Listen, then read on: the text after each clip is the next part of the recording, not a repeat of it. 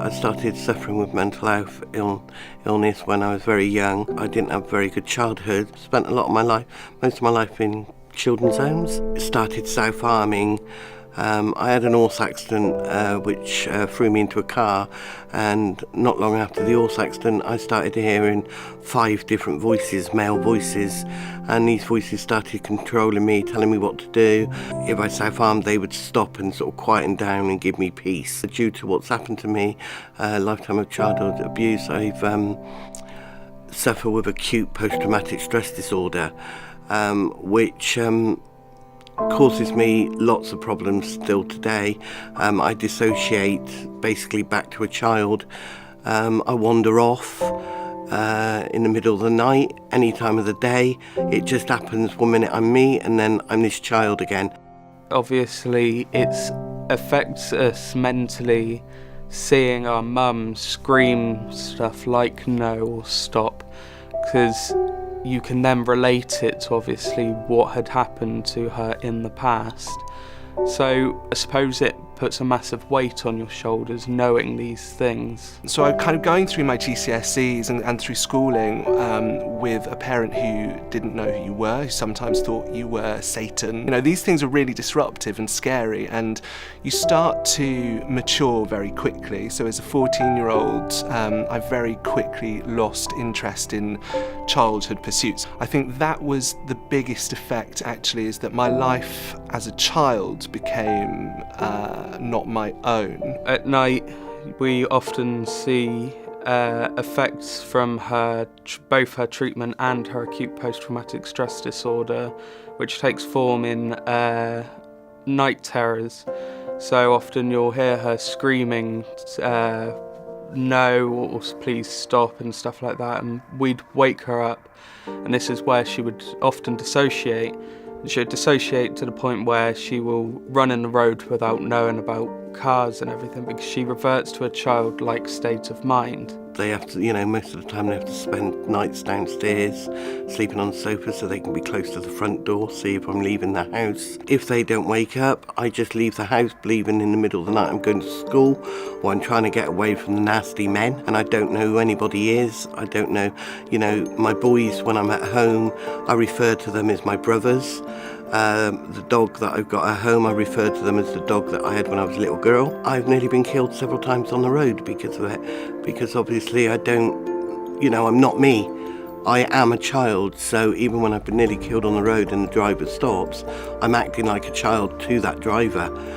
So it's very difficult, and it takes my family sort of having to get up, come searching for me, finding me and bringing me back. Sometimes she will wake us up thinking we are her brothers from back then, so often I'm Colin and my brother Ryan would be Clive. It's very hard on the family, and there isn't no support for families and care, the people who care for you, so therefore that has an impact on them. It causes them to have depression and mental health problems. I'm destroying their lives. I'm not allowing them to have the life that a lot of other people have. My boys feel more that they have to be at home supporting me.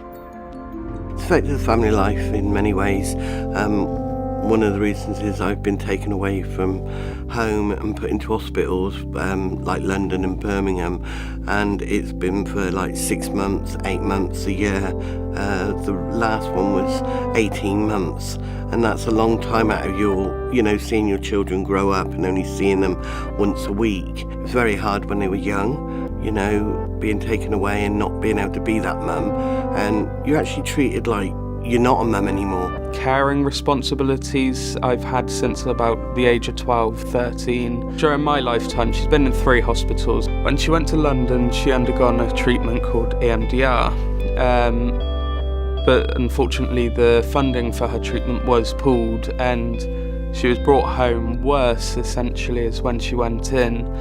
And this is when my carer responsibilities first came alive. One of my sons, he still lives at home to support me, so it affects their life, but it also affects me, because it makes me feel like I'm a bad mum, even though they say I'm not. I had many times as a teenager to visit her in an institution where she was locked up, and those moments could have been moments of weakness, but actually they were moments where somehow she managed to find strength even at those lowest points. And even within those situations, she managed to help other people. And she managed to have her voice heard and make it clear when things weren't right, and look after other people as well as herself. And I think if you can do that at your lowest point, then you can do anything. And I think that's, something to be really proud of. I've grown up always knowing about her mental health. They've drummed it into me since I was young about mental health, so there's no stigma about mental health. Everyone seemed to be equal in our family. They've understand what's happened to me through my life, what happened to me in care, why I'm scared of men. I remember once that we were doing a story, and part of the story was to ask the children to write down what they felt. And one of my boys written, when Mum was taken away, I thought she'd been taken to prison. And I thought I'd been naughty and it was all my fault, which actually broke my heart when I read that. I would urge people who's got small children to always be honest with them, because if you do get taken into hospital, they need to know that you're being taken into hospital. They need to be taken to the hospital to see you, and show them that you're okay, and let them know that you're poorly, not leave them in the dark. Knowing about her mental health from the start, it lessens your personal stigma towards mental health, and you sort of in turn learn to deal with mental health, know what it's like for them, and know how to sort of help them in a sense. I have learned, I think, what I feel is a really positive trait actually, which is that I can see when people are hurting, and I want to help them and I want to protect them, and sometimes that's not possible. You become very aware of people and their emotions. Having that experience as a child, I think is really invaluable. I have always, as a child, been able to differentiate the mental health issues from the person that my mum really is. When you see your mum in her worst state, it brings you closer. My mum, to me, is somebody who I see as being really brave, really strong, and continues to be that person. She still suffers really badly today, but people very rarely realise that. She goes out there and she fights for other people. I think that for me is inspirational. I've been running a charity for over 20 years, a mental health charity.